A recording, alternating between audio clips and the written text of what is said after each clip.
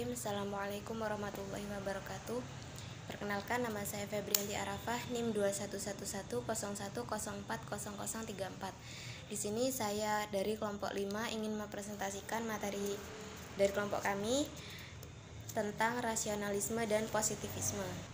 Yang pertama adalah rasionalisme. Rasionalisme adalah paham filsafat yang menyatakan bahwa akal atau reason adalah alat terpenting untuk memperoleh pengetahuan dan meneteskan pengetahuan. Rasionalisme mengajarkan bahwa pengetahuan itu diperoleh dengan cara berpikir. Alat dalam berpikir itu adalah kaidah-kaidah logis atau aturan-aturan dalam logika. Pengalaman indera sangat diperlukan untuk merangsang akal dan memberikan bahan-bahan yang menyebabkan akal dapat bekerja. Tapi, untuk menyampaikan kepada manusia, kepada kebenaran adalah semata-mata dengan akal. Rasionalisme ini sudah tua sekali. Pada zaman Thales, tahun 624 Masehi, sebelum Masehi sampai 546 sebelum Masehi, telah menerapkan rasionalisme dalam berfilsafat. Rasionalisme ini lahir adalah sebagai reaksi terhadap dominasi gereja pada abad pertengahan Kristen di Barat. Metode dalam rasionalisme ini dibagi menjadi 4, yaitu yang pertama adalah tidak menerima sesuatu pun sebagai kebenaran kecuali jika melihat sesuatu yang jelas dan tegas. Pecahkanlah setiap kesulitan atau masalah itu dengan sebanyak mungkin sehingga tidak ada keraguan-keraguan. Yang ketiga adalah pikiran yang teratur, mulai dengan hal yang sederhana dan mudah, kemudian secara bertahap dari yang paling sulit hingga yang paling kompleks. Yang keempat adalah dalam proses pencarian dan pemeriksaan hal-hal yang sulit, selama itu harus dibuat perhitungan-perhitungan yang sempurna dan detail sebagai pertimbangan-pertimbangan yang menyeluruh, sehingga tidak ada sesuatu yang terabaikan dalam penelitian tersebut. Selanjutnya ada tokoh-tokoh rasionalisme. Tokoh-tokoh dalam rasionalisme itu ada 3. Yang pertama adalah René Descartes, yang kedua Baruch de Spinoza, dan yang ketiga adalah Leibniz. Yang selanjutnya saya akan menerangkan tentang positivisme atau aliran positivisme. Tokoh dalam aliran positivisme ini adalah Auguste Comte. Ia menganut paham empiris. Ia berpendapat bahwa indera adalah sangat penting dalam memperoleh pengetahuan, akan tetapi harus dipertajam dengan alat bantu dan diperkuat dengan eksperimen. Misalnya, untuk mengukur jarak kita harus menggunakan alat ukur seperti meteran, dan untuk mengukur berat seperti neraca atau timbangan, misalkan untuk kiloan. Dan dari situlah kemajuan sains besar dimulai. Ajaran ini didasarkan pada perkembangan evolusioner yang disebut dengan hukum 3 tahap. Yang pertama adalah tahap teologis atau fiktif, yang kedua adalah tahap metafisik atau abstrak, yang ketiga adalah tahap positif atau ilmiah. Berdasarkan pengamatan dan dengan penggunaan akalnya manusia dapat menentukan hubungan-hubungan persamaan dan rantai urutan yang terdapat dalam fakta-fakta. Sekian yang dapat saya sampaikan. Untuk selanjutnya akan dilanjutkan oleh teman sekelompok saya. Assalamualaikum warahmatullahi wabarakatuh. Saya Nurul Hidayati, Prodi PGMI dengan NIM 211101040020, Fakultas Tarbiyah dan Ilmu Keguruan Unhas Jember.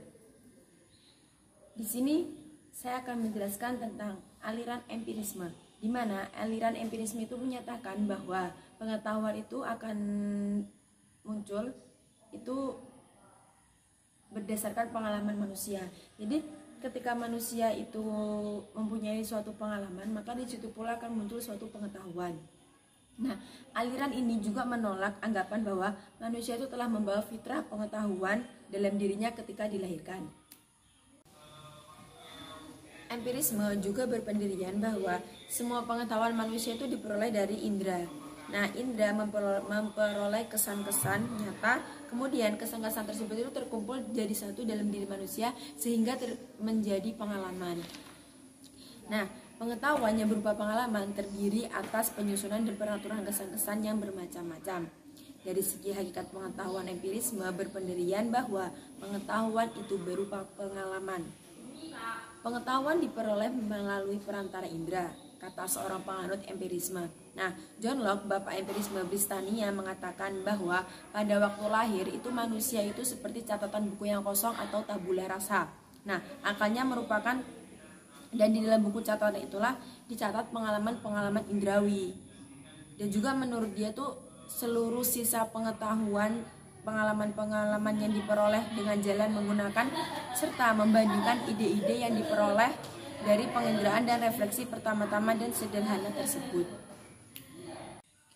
Kata empiris berasal dari kata Yunani, yaitu empiriskos, yang berasal dari kata empiria yang berarti pengalaman. Nah, aliran ini itu menyatakan bahwa manusia itu memperoleh pengetahuan melalui pengalamannya. Dan bila dikembalikan kepada kata Yunaninya, pengalaman yang dimaksud yaitu pengalaman yang indrawi. Misalnya, manusia itu tahu es batu itu dingin setelah menyentuhnya, dan manusia mengetahui bahwa gula itu manis setelah ia mencicipinya. John Locke mengemukakan teori tabula rasa, yang artinya itu meja lilin. Maksudnya yaitu manusia ini itu pada mulanya itu kosong dari pengetahuan, tapi pengalamannya itu mengisi jiwa yang kosong itu. Lantas ia memiliki pengetahuan. Mula-mula tangkapan indera yang masuk itu sederhana, lama-lama itu sulit, lalu tersusunlah pengetahuan berarti.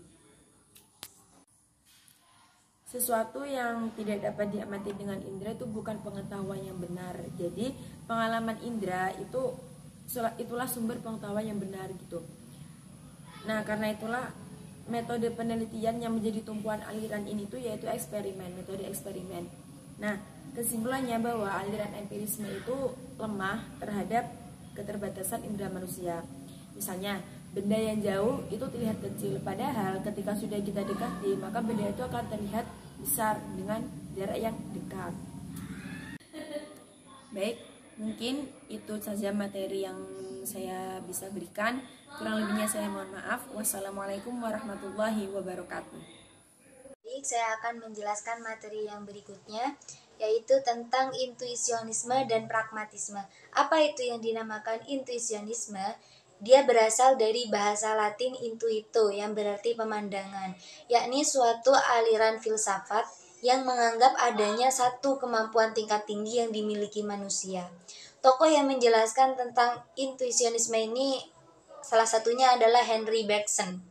Dia mengatakan bahwa manusia itu memiliki kemampuan berpikir secara konseptual dengan intelek sebagai titik sentralnya. Dia juga mengatakan bahwa intuisi itu berasal dari insting. Intuisi lebih dapat menghasilkan pengetahuan daripada pengalaman-pengalaman estetis. Intuisi juga sesuatu sarana untuk mengetahui sesuatu secara langsung atau seketika. Menangkap objek secara langsung tanpa melalui pemikiran. Beda halnya dengan akal. Kalau akal itu diamati dulu objeknya, nah setelah itu baru menghasilkan pengetahuan yang tidak utuh atau tetap. Sedangkan kalau intuisi ini menghasilkan pengetahuan yang tetap gitu. Intuisi karena intuisi ini bersifat non konseptual, ia memungkinkan membawa seseorang ke dalam bagian terdalam objek. Beda halnya dengan akal. Kalau akal itu memahami objeknya itu dari luar menggunakan simbol, dan terkadang akal juga dapat menghasilkan paradoks dan falsifikasi. Bergson juga berpendapat bahwa dalam diri manusia itu terdapat intuisi infraintelektual dan supraintelektual. Apa itu? Infraintelektual itu intuisi yang menyertai pikiran manusia dan masuk ke dalam pikiran manusia itu melalui panca indera. Sedangkan yang supraintelektual itu intuisi yang tumbuh pada diri manusia tanpa disertai keterangan logis. Dan jika kedua intuisi itu dapat berinteraksi dengan instan, maka kemungkinan itu intuisi yang infraintelektual itu dapat meningkat dengan didominasi intuisi supraintelektual, sehingga dapat menimbulkan kemauan dan dorongan yang tidak terbatas pada persepsi bendawi yang nisbi, melainkan akan dapat meningkat pada serapan-serapan pengetahuan yang mutlak. Lanjut ke pembahasan berikutnya, yaitu tentang pragmatisme. Apa itu pragmatisme? Pragmatisme itu berasal dari bahasa Yunani, yaitu pragma yang berarti tindakan atau perbuatan. Pragmatisme itu aliran filsafat yang berpandangan bahwa kriteria kebenaran sesuatu itu ialah apakah sesuatu itu sudah sesuai dengan kegunaannya bagi kehidupan nyata. Salah satu tokoh yang disebut dengan Bapak Pragmatisme itu ialah Carl Sanders Peirce. Itu adalah tokoh penting yang menjelaskan tentang teori pencairan kebenaran. Menurut ulasannya Milton itu, pemikiran filosofi Saint Peirce itu dibagi menjadi sifat keyakinan, metode efektivitas pendapat, investigasi kebenaran dan realitas, teori makna. Peirce juga memandang bahwa untuk mencapai kepercayaan tentang kebenaran, ia harus memenuhi 3 karakteristik dasar, yaitu proposisi, penilaian, dan kebiasaan berpikir. Dalam pemikiran Carl Sanders Peirce ini terdapat beberapa ruang lingkup dalam filsafat ilmu, yaitu sebagai berikut.